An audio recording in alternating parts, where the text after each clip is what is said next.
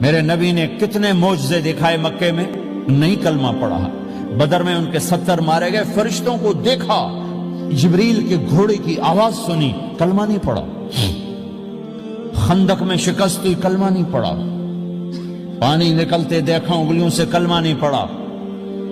ایک بکرے کا ایک بازو پکایا، ایک بازو بکرے کا، ایک اگلا جو بازو ہوتا، اور 40 آدمیوں نے کھانا کھایا اور ایک بوٹی کم نہیں ہوئی، ایک بوٹی کم نہیں ہوئی، کلمہ نہیں پڑھا۔ لیکن جب میرے نبی نے کہا جاؤ معاف کیا تو سارے ہی کلمہ پڑھ گئے کہ واقعہ یہ اخلاق نبی کے ہو سکتے۔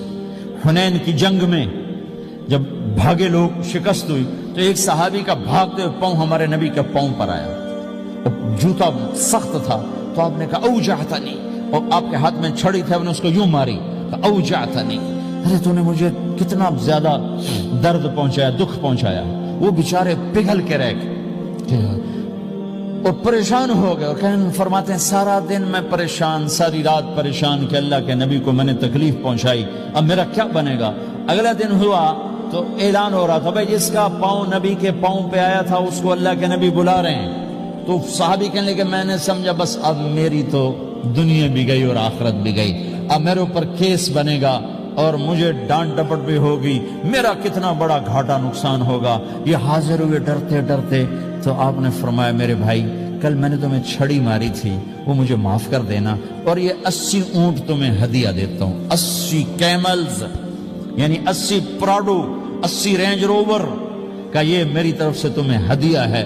وہ حیران پریشان، یہ میرے نبی کے اخلاق ہیں، یہ میرے نبی کے اخلاق ہیں۔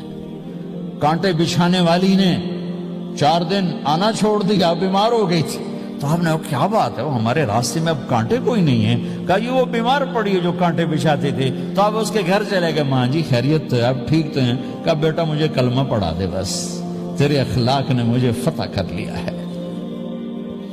میرے بھائیوں یہ چیپٹر بھول چکے ہیں، بھول چکے ہیں، بھول چکے ہیں۔ جب تک یہ چیپٹر زندہ نہیں ہوگا زندگی اسلامی نہیں بنے گی، معاشرہ اسلامی نہیں بنے گا، اور آگے قوموں کے لیے اسلام کا دروازہ نہیں کھلے گا۔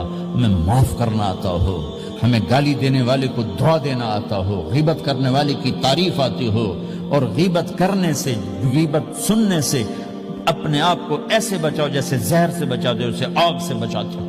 ایک دوسرے کو نفرت کا بول نہ بولو ورنہ ساری زندگی تباہ و برباد ہو جائے گی۔ میرے رب کی قسم، میرے نبی نے کہا ایک زبان کا بول انسان بولتا ہے اور جہنم کی گہرائیوں میں گر جاتا ہے، اور ایک زبان کا بول انسان بولتا ہے اور جنت کے درجات پر چڑھ جاتا ہے۔